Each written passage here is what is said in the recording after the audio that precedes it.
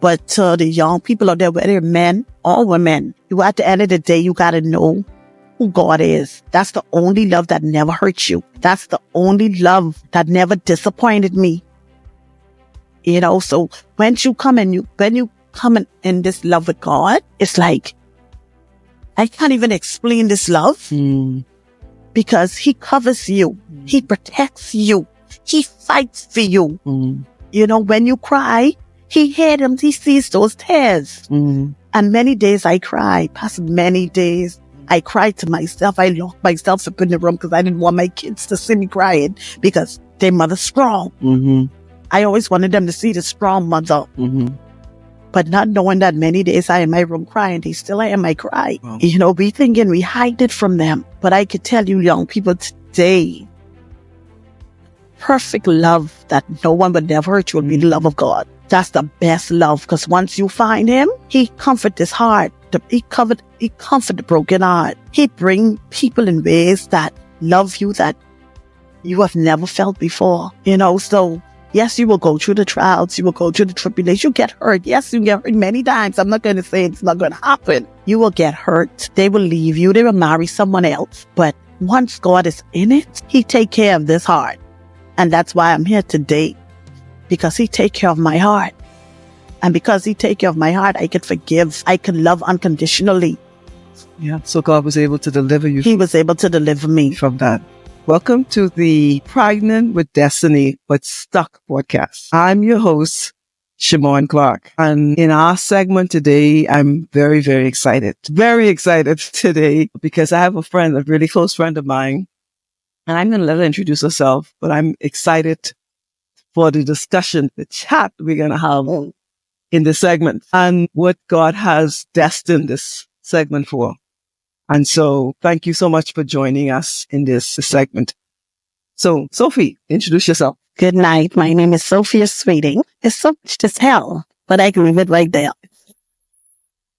Short and sweet. Short and sweet. Like they say in church. Okay. Mrs. Sophie Sweeting, tell us, what would you say are your gifts? I think one of my greatest gifts is love. Reason I said that because I find myself loving persons I don't even know. I just get attached sometimes, especially when it comes to older people. I just feel like I am obligated. So that love part just is flow automatically. Okay. So that love translate into what you're giving? Me giving. I'm trying to do my best to do what I can to assist, whether it's a young person or old person. It's just that love, for some reason, my love coming from them than where I started. Okay. So your love energizes you to give. Yes. Your love energizes you to serve. Your love energizes you to help. Yeah. Okay. So I hear the gift of service. I hear the gift of giving, and I hear the gifts of help.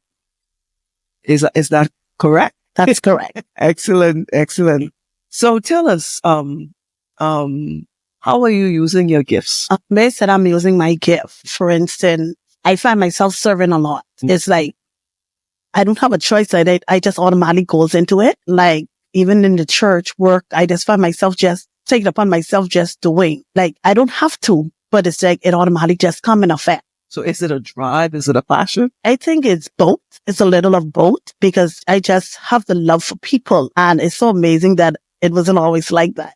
Really? No. Really not? That kind of intrigue you. It wasn't always like that, reason being because the way I grew up. Okay. So growing up the way I did, having been born to very young adults, young teenagers at the time, and they just give me up. So that I didn't know what that type of love was from parents. So that kind of, from what I see of myself now, it kind of like, wow, from then to now. So tell us more about your story. You say you were abandoned? I won't say I was abandoned. My mother got pregnant at a young age. Okay. Her and my father were both young. Okay. And I guess because they were that young, they didn't know how to bring up a child. So my grandmother ended up bringing me up as her own. So they basically had me and left. So why don't you call that abandoned? I mean, maybe because my grandmother was there. She filled in a role that they didn't, at least she tried, but our grandmother could not be a parent. She can do her part as a grandparent, but not the parent that actually brought me into this world. So you experienced rejection A lot, from very early age, from the day I think I was born. And has that rejection caused you to be stuck in some ways? A lot of ways. Okay. It caused me to be stuck because I felt like I went looking for love in all the wrong places. Because I didn't have the love of a mother. I didn't have a love of a father. So you kind of find it in friends or other people in the gang. You know, I found it different places, but because I could not get it from my parents. Okay. So you tried to find love in gangs, relationships. How did that turn out? For the relationship part, I went through a lot. Okay. It wasn't easy because I ended up in a relationship at the age of 15, and he was my world.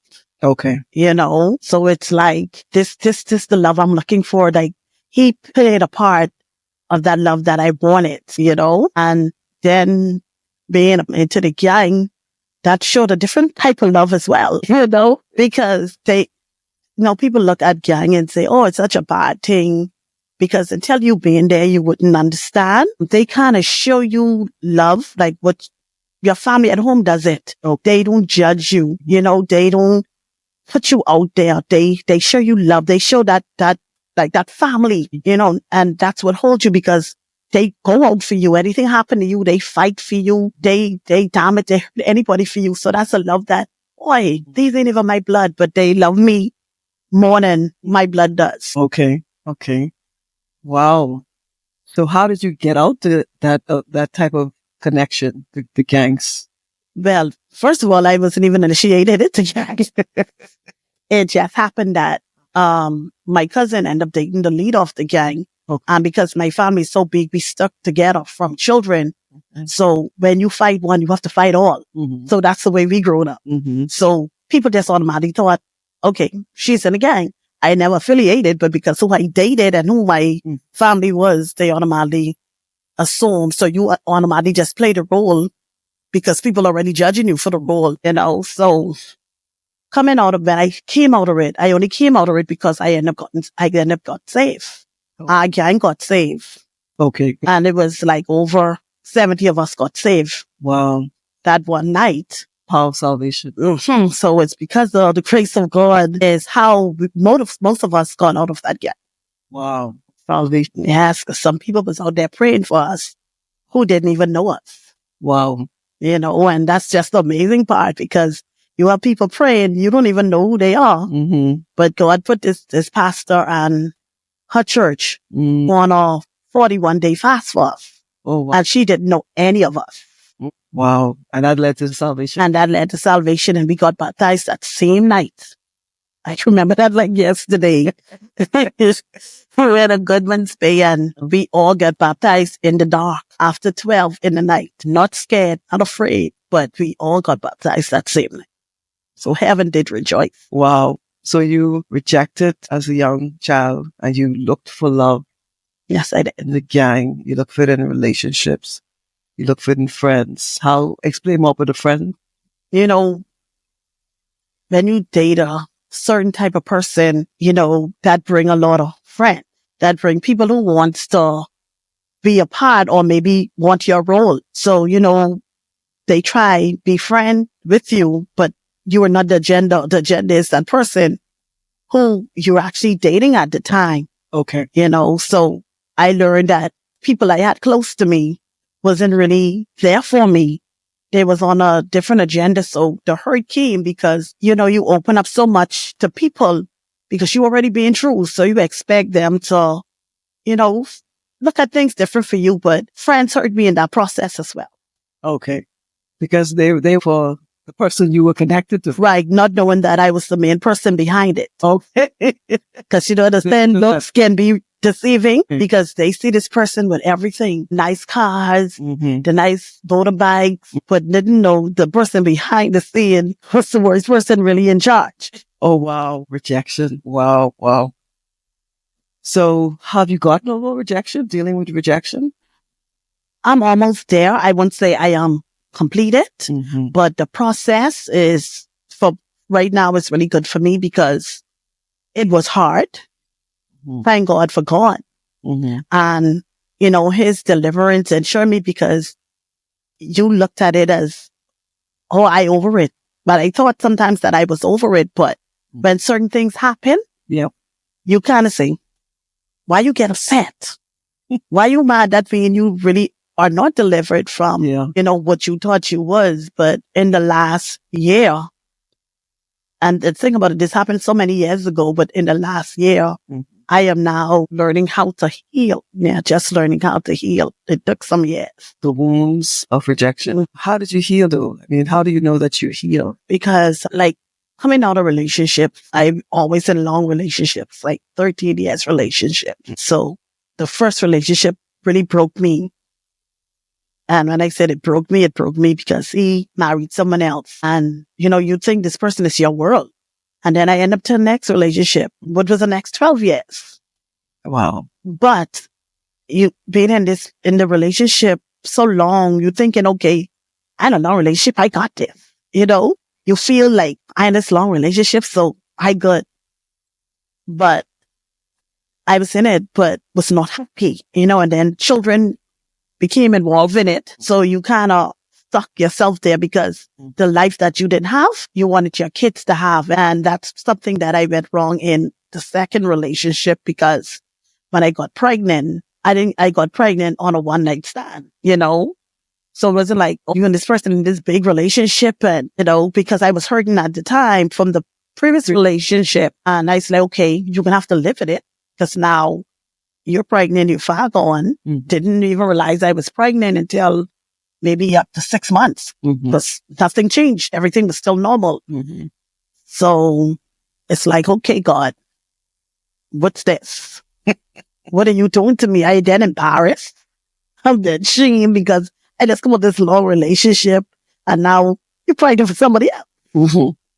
And I was like, how I'm going to do it? And then I remembered, Sophia, you didn't have any parents. So you got to give these friends an opportunity to have what you did not have. And I could say, that's not good to do. When you say what's not? It's not good to do because okay. I just wanted to stay in the relationship for the kids, for myself. Okay. So I suffered. I suffered so much in that relationship because I wanted a better life for my twins. Until one day God said, I never told you this was for you, but this is what you wanted. So I give it to you. So you would say you were stuck in that relationship? I was really stuck. I stayed in that relationship for years just so my kids could have a mother and a father in one home. But even though doing that, I suffered in the home. I was unloved. I still was treated poorly, but I still went through it. I still remained strong, even though I was hurting, but I had to make a better life for my kids. And I decided to pick up and leave. That's how you got unstuck. That's how I got unstuck for that situation. I picked up and left the whole island. I didn't even stay on the same island, I just picked up and I left. And I left in a place that I know no one. I had no family, no friends. God said, this is where I need you to go. Connection. No connections. Nobody knew. People thought I was someplace else. So I didn't want nobody know, where I was going because I needed to start all over again. And that's how I got unstuck out of that relationship. So how did Sophie get from there to here? Well, he had, so keep in mind, Sophie still was hurting from her parents. Sophie still did not have a love from parents. So I had a lot of hatred in my heart for both my parents because I felt that if they were a part of my life wouldn't have been like what it was. I felt that they played a role. I might have been so successful or I would have been a better person, and that's how I guess every child feels when it comes to a parent. So I know what it is to be without a mother and a father at the same time. Some people might have one parent. I had none. I just had my grandmother. So would you say you were stuck in rejection and also stuck in unforgiveness? Yes, both of them. Because I felt rejected. from a child growing up. Even family members treated me different from my dad's side, you know, because of the color of my skin. I was too dark. You wasn't the right color, get rejected, or you don't speak well, or, you know, so it kind of put you to the back of the line because you don't want to do certain things because people laughing at you by the way you speak, or, you know, they looking at you differently. So you really felt unstuck, you know, and what kind of cost me, my mother came back in my life at the age of 17 when I was graduating. Oh, wow. And I didn't accept her. I told her, I don't want you around me. I just hated her. Mm. And I'm sorry to use the word, but that's how I felt. How you felt, yeah. I don't want you around me. Why you want to come now that I'm adult? You know, and the person that I stayed with that time, he talked to me and he said, no, Sophie, you can't do that. You know, cause he's a family person. Mm-hmm. He's like, no, I understand you being hurt, but I just couldn't stand the fact of seeing her. And I said, you're not invited to my graduation. And I told my aunt and my grandmother, if she comes to my graduation, I will leave. So she did not come. And the love changed how I get to forgive my mom. When I had my twins, she played the role that she should have played for me. The love what she should have had for me, she gave to my twins. So I sit back and I watch the way she loved my kids. And because I saw the way she loved my kids and I could see that she was hurt from not doing what she had for her first 4 kids. Like I saw, even though my sisters, them and brothers had kids before me, I'm the oldest child. But when I see the love my mother actually gave my kids, I sit back and I say, wow. Like I couldn't even get jealous, even though, you know, that's what I wanted from me. But because I saw, like she just did everything for my kids. Oh, wow. And that caused me to fall in love with my mom, honestly. Because I was like, God, she loved my kids like this. Maybe if she was older and she didn't have me at a young age, this might have been the love I might have received. But it put peace in my heart because she showed my kids the love I never got. And today, my kids, it's like they call her mommy, not even Grammy, you know? So that's how I got to heal from that because the love that she showed my kids. And I had to forgive because when she came back and she's like, can you forgive me? This time I didn't deny her, you know, like the first time I told her, I don't want you around me. You're not my mother. I can't stand you. This time I was able to say, I accept you. I accept your apology. You know, when I keep mine, my father wasn't back yet. So you got unstuck with your mom? I got unstuck with my mom. Now with my father, and happened 8 years ago when my brother was sick and he ended up in the hospital. And my father happens to show up. This is his junior now. This is his first son. And I watched the love he showed my brother. These are the first 4 kids that did not get taken care of from our parents. So now he in the hospital every day, praying, covering my brother. But keep in mind, he was always in the church. So that's the part that hurt so much because he was always in the church. He was always a minister in the church. Okay. So you're a minister in the church, but you have 4 kids out there. Okay. And so that hate not only came from me, but it came from my other 3 siblings. Okay. So we all felt the same thing. One day he called me and he's like, I want you to forgive me. And it was so amazing that I was able to forgive my father quicker than I give my mother. And I kind of like, hey, but then I understood when my grandmother, growing up, my grandmother always used to tell me, I don't never want you to disrespect your parents. She said, you got to understand they were young, but she said, your father used to come and just drop the money. And she used to tell me stories that when I was younger, how my father used to take me to work because I wouldn't go to no one. She said, the white people used to take care of you, Sophia. When you to work, they allow him to bring to you. And I kind of remember that. So I kind of cling on to him because I think my love is more for father's love I wanted more than my mother's love because of the relationship with men, you know. And today my father is my best friend, actually. And so I got stuck from parents, you know, like I said, I've been hurt from church hurt. You know, I've got friendship hurt, but the church hurt, you know, we gotta understand that people in the church are sick people, meaning that the church is the hospital. You understand? And we don't remember people, that. Right. Church people are perfect people. And we don't remember that because we look at churches. Oh, there's a place where God is. Everybody should be nice and good, but you got to understand that there are people in there hurting. Sometimes people see the gift in you. Sometimes they see you in them self and they don't know how to deal with it. So I kind of, and the last year, like I said, in the last year, because I felt like I was always overlooked. Even on jobs, like I train people and they always give them the job over me. But then you get all the employee of the year, employee of the month, but you still cannot get the position. And I used to say, God, why am I always treated so poorly? And I always just say that to God. Why I am so different? Why people treat me so different? And that was my story for years. Because I felt like even with my siblings, like people would just attach them and everybody look at me like the outcast. I always felt like the outcast child, like the child who was not good enough. A struggle rejection. Yeah, but I'm not the good enough child. And even on the job, you overlook constantly. In church, you overlook constantly until last year. I think it was early part of last year when God say, you ready to be unstuck? But I couldn't understand what he was meaning. He said, don't look at what's going on or who's around you. Look at me. It wasn't easy.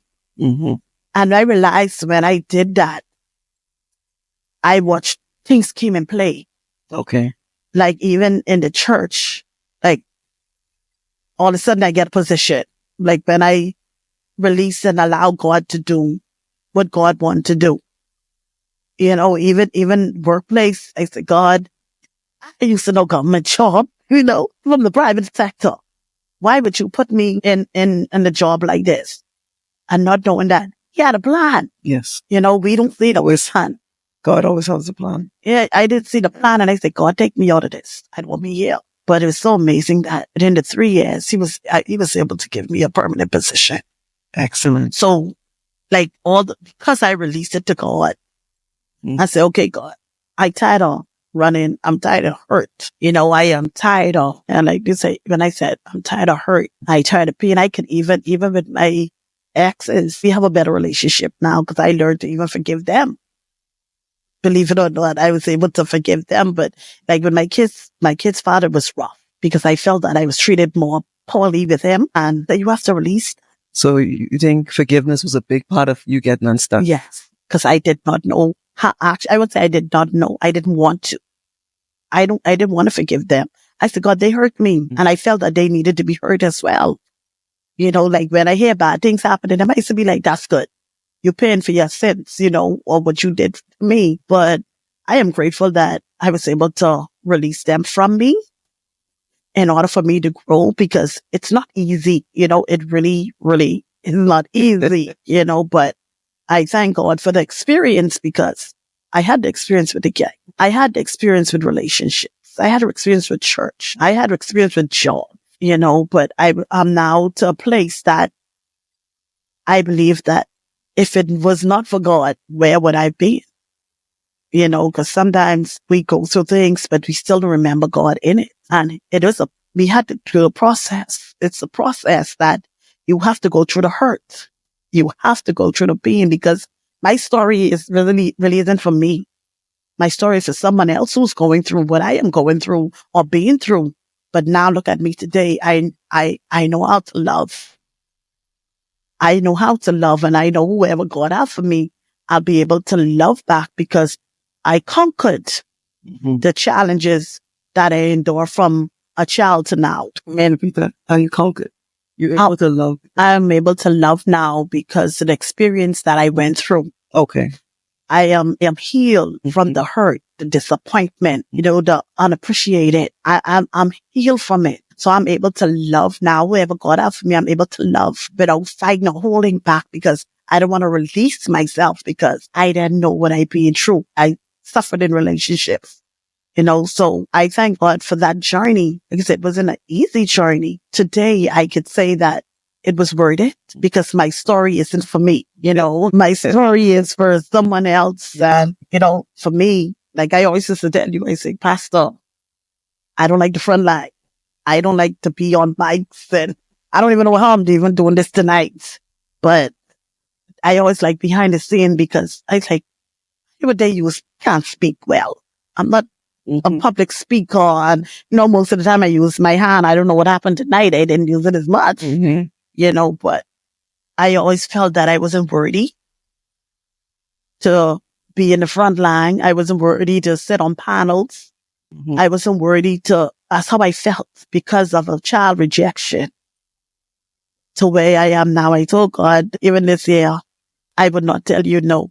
Because all my life I've been telling him no. So now I am using my yes to him. Excellent, excellent. Sister Sophie, speak to the young woman who's stuck in a bad relationship. What advice would you give her? Well, I was stuck for years in a bad relationship, knowing that they were saying other person, but I stayed because that's the love I was looking for in a man that what I thought would have been my father, because I always say them older than me because I feel that they're more mature. So I could tell you, young ladies, I've been there where I give them everything that I had. Every dollar that I had, I was there. I give everything. I love with all of me, and I still end up hurt. But at the end of the day, you have to learn to love you, because you can't, if you don't love you, you can't love no one else. And you know when someone loves you because they show you love. They don't tell you love. And that was always a thing for me. I don't want you to tell me you love me. I want you to show me you love me. So I am not just here to say, I think this would happen. I went in this relationship. I lived with a man for 12 years, not married, had twins for him. He used to bring the girls to the house while I had to work. I'd been there. I've been there. I felt it. I know people would came and friend me up, and they were actually going with him. They became my friends to know my movements. I almost gone off my mind. I almost lost my mind. Wow. But God put a pastor that I had at the time. Thank God for covered prayers, because when he came to me, he said, because I used to fight. I come in and I fighting. And he said to me this day, he said, Sophia, God said, leave it. Let him fight it. And that if you don't have that relationship with God, you will fight it. But he said, be still. And I did not understand. I said, Pastor, I can't do this. I gotta beat this girl up. Everybody who know me know who I am. He said, you gotta stand still. And I stand still for 3 years. It's 3 years later when that relationship got dismantled. It didn't happen right away. I was expecting God to do less like tomorrow, but that did not happen. So to young ladies that are actually going through, listen, love you. The money ain't gonna work. The cars ain't gonna work. I've been there. I've been where I had name brand cars. We had businesses together, and I still got treated bad. And people look at it, oh, you get it because that's what you allow. It don't have to what you allow. When you grow up with no parents and you don't grow up with that love, and some people have parents and still don't have that love. Yeah. They still don't have that. But the young people out there, whether men or women, at the end of the day, you got to know who God is. That's the only love that never hurts you. That's the only love that never disappointed me. So when you come in this love with God, it's like, I can't even explain this love because he covers you. He protects you. He fights for you. When you cry, he hears them. He sees those tears. And many days I cried, past many days. I cried to myself. I locked myself up in the room because I didn't want my kids to see me crying because their mother's strong. I always wanted them to see the strong mother. But not knowing that many days I in my room crying, they still hear my cry. Wow. We thinking we hide it from them. But I could tell you, young people today, perfect love that no one would never hurt you will be the love of God. That's the best love, because once you find him, he comfort his heart. He comfort the broken heart. He bring people in ways that love you that you have never felt before. So yes, you will go through the trials. You will go through the tribulations. You get hurt. Yes, you get hurt many times. I'm not going to say it's not going to happen. You will get hurt. They will leave you. They will marry someone else. But once God is in it, he take care of this heart. And that's why I'm here today, because he take care of my heart. And because he take care of my heart, I can forgive. I can love unconditionally. Yeah. So God was able to deliver you. He was able to deliver me from that. Speak to the young woman or young man in the gang who's stuck in the gang. I know for gang members, people don't understand. They really don't. They don't understand the love and the connection that the gang brings. You are not judged. You're not beaten on. You're not raped because they protect you. But at the end of the day, it isn't worth your life, because time without Christ, going to hell anyway. I know, looking at families to help you, or friends to help you. And then the gang people promise you so much things. But I was there. God brought me out, and many people I know that God brought out of the gang now, pastors, evangelists, prophets in my time, and they are doing well for themselves, but they were able to get out. So I'm just saying to you, please, I'm pleading, try Jesus. Like, really try him. Really, really try him. And I guarantee you that void that you are missing, that love you are missing, that attention you are missing, or that. Remember now, he promised us that he never leave us, nor forsake us. When family turn against you, and I guarantee you, and every gang member right now could say, anything happened, first word they call, Lord help me. Not one of them could say, they don't say that. That is, Jah help me, or however. God love you. He loved me. I supposed to be a dead woman today. I was there with gunshots, everything. I was there when I watched people die, but he loved me. He take me out of it. So why he can't do it for you? Just know, you just gotta learn to, that same void in your heart with telling you, boy, listen here, this woman knows something, because I've been there and I felt it. And when God ready for you, he will draw you. He will pull you. And some of you are being pulled, and you being pulled because you don't know how tonight look. You don't even know how the next hour look. Wow. But God knows. So I'm just yielding to you. Give him a try. Give him a try. I was a part of the Sheep Alien gang. A lot of young people wouldn't know what that is, because that was way back in the 90s. But give him a try. I am here to tell a story of many more of us out there telling the story, because we made it. Yeah. And we made it through Christ. Yes. And that's the best, and that's the only person can love you. Yes. Nobody can love you like him. Yeah. And Sophie, you tell a powerful story.